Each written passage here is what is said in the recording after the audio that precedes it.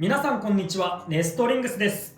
今回もベイブレード X で 3on3 バトルをやっていきたいと思います。今回はつぶやきさん太郎とアッシュで戦っていきます。よろしくお願いします。お願いします。それではやっていきましょう。行きましょう。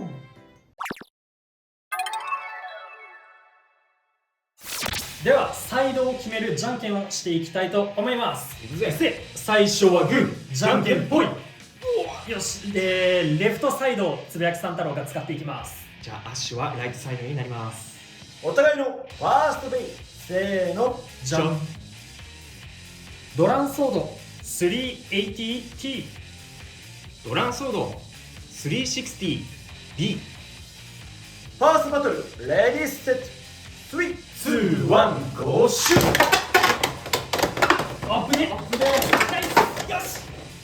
おお、ここからどうだいいぞナイス。スピンフィニッシュ、つぶやきさん太郎のドランソードに1ポイント。やったぜ。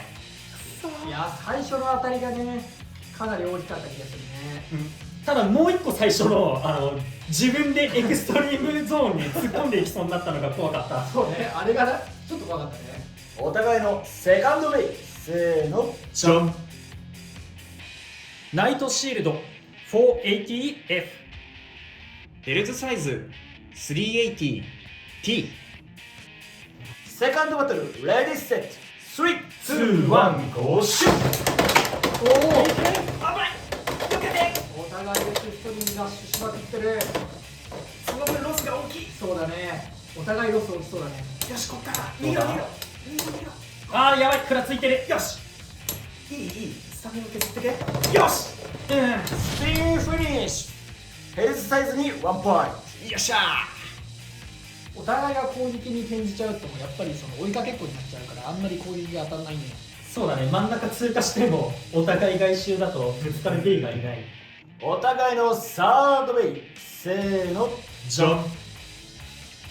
ヘルズサイズ 460N。 ナイトシールド 460N。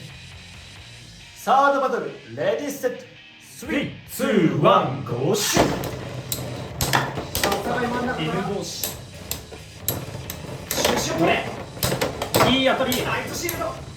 あー飛ばされた。ちょっとすっていいぞまずい。ロスか。どうだ。スピンよしよしよしよし、ヘルスサイズに1ポインやった。いや、ビット N 同士でもすごい激しいアタックがそうだね。決まってたね。ト。お互いのフォースベイ、せーの、じゃん。ナイトシールドでいきます。先ほど使ったヘルスサイズでいきます。フォースバトル、レディーセット、3、2、1、ゴーシュー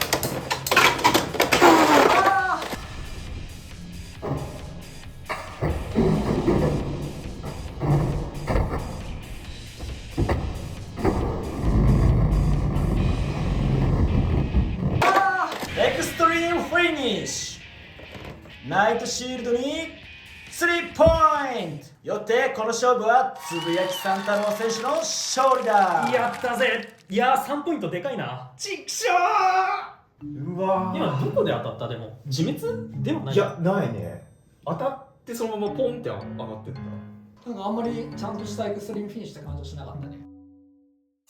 というわけで 3on3 バトルが終わりましたが、いかがだったでしょうか。いやー、またしても負けてしまいましたね。やったぜ。いや、エクストリームフィニッシュの3ポイントがやっぱりでかいね。でかすぎる。と言っても今までそのエクストリームが3点で4点選手だから勝ちだから、バランスおかしくね、アタック強すぎないって思ったけど、今日結構たくさんバトルしてきて、そんなに思いっきりオーバーばっかりエクストリームばっかりっていうわけでもなかったから、そうだこのね。エクストリームフィニッシュが3点っていうのはなんか思ったよりいいバランス調整かなって感じてる。同じく同じ感想だったし、うんやっぱり長引きすぎて、うんうん1回じゃ決まらなくて延長戦になることが多かったからそうだね、3期で決まること結構少なかったね。少なかったよね。って考えると、もし3ポイント取られて、うんもう次がないっていう状態でもエクストリームフィニッシュを決めれば、逆転のチャンスがね。そうって思うとこれはいいバランスなのかなっていうのも思ってきたんだけど、うん相変わらずねエクストリーム決められたばっかだからねそうだね。あとお互いにね外周走る F のビット使ってたりするとね、うんあんまりアタックが決まらなかったりするから、そういう対戦相手との組み合わせも重要だね。本当にそうだね。アッシュはちょっと右の方のところからシュートをしてたので、うんうん、どうしてもちょっとね難しい部分が。そうだね、この辺から始めちゃうとねさすがに短くなっちゃったりするから、こっちの方からね始めた方がいいっ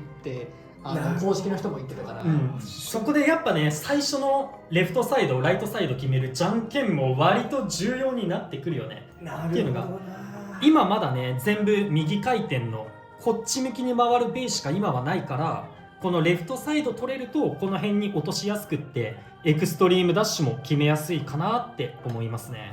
攻撃も食らわないしね左側は。そうそうそう、これは左回転が出てきたら逆に今度左側はね攻撃するゾーンに変わるからまた別の話にはなると思うんだけど、右回転しかない今の環境だったら結構レフトサイド有利かなっていう印象はありますね。あとね今追いかけっこの話で思ったんだけどさ、うん2つのベイがさ同じエクストリームダッシュのタイミングでさ、うん前後で追いかけっこをしてたらさ、先に走ってるやつさここに飛んだ後に後ろからもう一体飛んでくるって思ったらかなり危険なんじゃないかなって。そうだね、追突される危険があるね。そうするとエクストリームフィニッシュになっちゃうから、そう思うとアタック同士は後ろにいる方が安牌なのかなとは思った今。かもしれんね。あとそうだね、始まる前、そのベイブレード X がまだ発売される前にさ、バーストのしやすさ、ロックの緩さ、硬さっていうのがビットで決まるみたいな話を聞いてたんだけど、あんまりビットだけで決まるわけじゃなくって、ラチェットでも硬さ、ロックの硬さ変わってくるなって感じた。ベイを組むときに最初にブレードにラチェットをつけてから最後にビットを差し込んでベイを作っていくと思うんだけど、このラチェットをはめる段階でこの時点でもう結構ロックの硬さがブレードとラチェットによって硬さ違うなって感じて、組み合わせで違うね、だからここでもビットだけじゃなくってラチェットでも結構ロックの硬さが変わってくるなって感じた。俺のねウィザードアローもねなんか最初からついてたやつつけても、あれは確か60なんだけど、60つけた時は緩いなって思ったんだけど、80の480だか380だかつけた時めちゃめちゃ硬くなって、意外とさこのなんつうのこのロックの緩いビットはさ、本当はあんま良くないんだけど、これをつけたまま外そうと思えばラチェット外せちゃうのよこうやって。なんだけどそのウィザードハローとかこういうボールとかニートルつけてんのに外せないんだよね、ちょっと硬くて。なるほどね。外せはするんだけどかなり力がいるから、確かにねラチェットとブレードの相性でもロックの硬さ変わるかもなとは思ってる。個人的にはでもね80が硬い気がする。60よりも高い80の方がロックが硬い。それが高いラチェットの方がロックは硬いかな。硬めに作られてる。やっぱりその当たりやすいからかなとは思うんだけど、背が高い方が。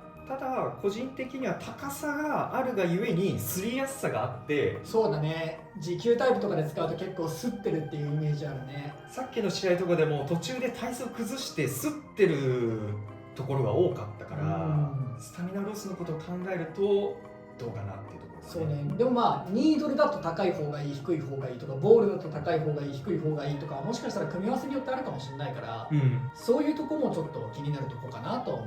あとさ、今回メタルが外周に配置されてるからかさ、姿勢戻すの難しくない？ちょっと思うかもそれ。なんか全部さ、ベイブレードバーストだったらさ、弱ってきてもまあ姿勢は割と整った状態で回るよねみたいなのがさ、ずーっと傾いたまま回ってる気がするんだよね。そうね。だからその辺も結構いろいろ考えないといけないのかなとは思った。あと 3on3 バトルでやってても3期で終わらなくってまた4戦目に突入するっていうのも結構多かったじゃん。だから同じベイを2回使うこととかも割と起こりうるわけよ。1戦目で戦ったこいつをまた4戦目で使うっていうことにもなりやすいんだけど、そういう時にねちょっとベイ組み直してロックの緩さ改めて確認した方がいいなっていうのも思った。いやマジでこれはねそうなんだよ。なんか中途半端に進んでる時があって、シュートした瞬間にバーストしちゃったりとか、ほんのちょっと当たっただけでバーストしちゃったりとかあるから、4戦目以降は、3期は必ず綺麗に組んでると思うから、4期目以降はもう1回念のため組み直してからシュートした方がいいかなっていうのは確かに思うん思ったね。これ気をつけないといけないね。気をつけないといけないね。というわけで皆さんもベイブレード X を買って遊んでみてください。めちゃめちゃ面白いです。この動画が良かったらグッドボタンとチャンネル登録をよろしくお願いいたします。それでは次の動画でまた会いましょう。バイバーイ。バイバーイ。